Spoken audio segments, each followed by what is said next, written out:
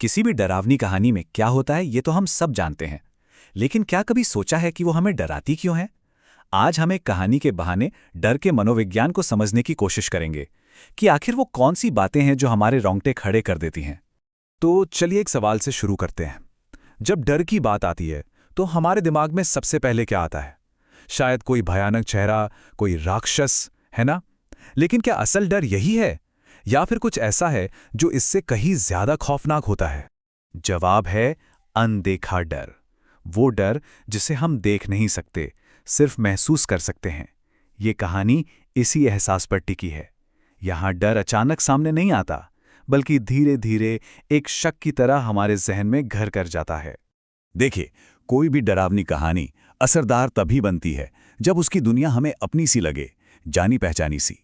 क्योंकि असली खौफ तो तब पैदा होता है जब कोई अनहोनी चीज हमारी रोजमर्रा की सुरक्षित दुनिया में घुसपैठ करती है। तो कहानी का हीरो है रीमा। उसकी जिंदगी बहुत ही आम है।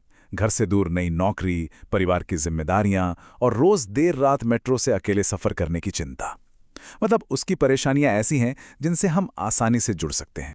अब देखते हैं कि कैसे ये कहानी रीमा की इस साधारण सी दुनिया में बहुत ही धीरे से कुछ अजीब चीजें शामिल करना शुरू करती है। बेचैनी के पहले बीज यहीं बोए जाते हैं। रीमा के मेट्रो में बैठने से पहले ही टीवी पर चल रही यह खबर मेट्रो को एक गुमशुदगी से जोड़ देती है। ये एक बहुत छोटा सा इशारा है जिसे शायद रीमा तो नजरअंदाज कर देती है, पर हमारे मन में एक सवाल जरूर छोड़ जाता है। और यहाँ कहानी एक बड़ा ही दिलचस्प मोड़ लेती है।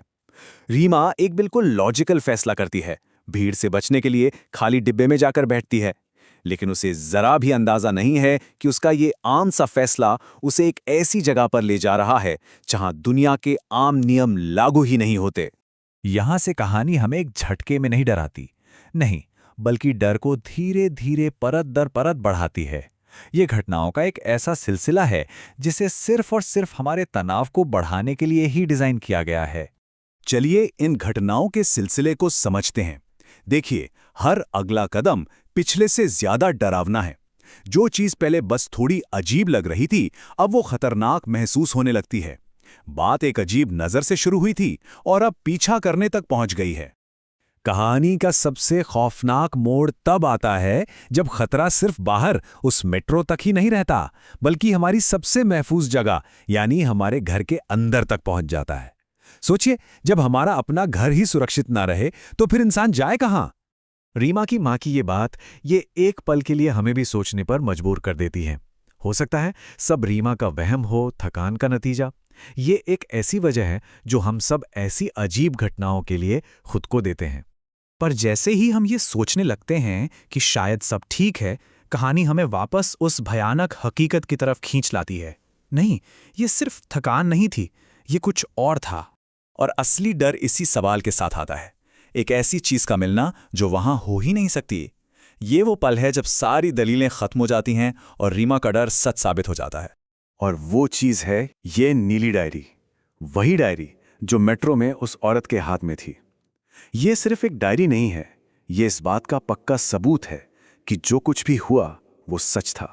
डर अब सिर्फ एक एहसास नहीं, बल्कि एक ठोस चीज है जो रीमा के बैग में है, उसके साथ। तो इस पूरी कहानी के विश्लेषण से हमने क्या समझा? असल में हमने उन मनोवैज्ञानिक तरीकों को समझा जो किसी कहानी को सच में खौफनाक बनाते हैं। तो ये है एक परफेक्ट डरावनी कहानी का नुस्खा। सबसे पहले एक ऐसी दुनिया बनाओ जो बिल्कुल असली लगे। फिर उसमें कुछ छोटी छोटी अजीब बातें डालो। इसके बाद खतरे को धीरे धीरे बढ़ाओ और आखिर में उस डर को किरदार की सबसे सुरक्षित जगह यानी उसके घर में घुसा दो। बस यही वो तरीका है जो डर को सीधे हमारे दिमाग में उतार देता है। और अंत में ये सवाल, कहानी हमें बताती है कि रीमा भी उसी आदमी की तरह गायब हो गई, लेकिन ये नहीं बताती कि उसके आखिरी स्केच में क्या था।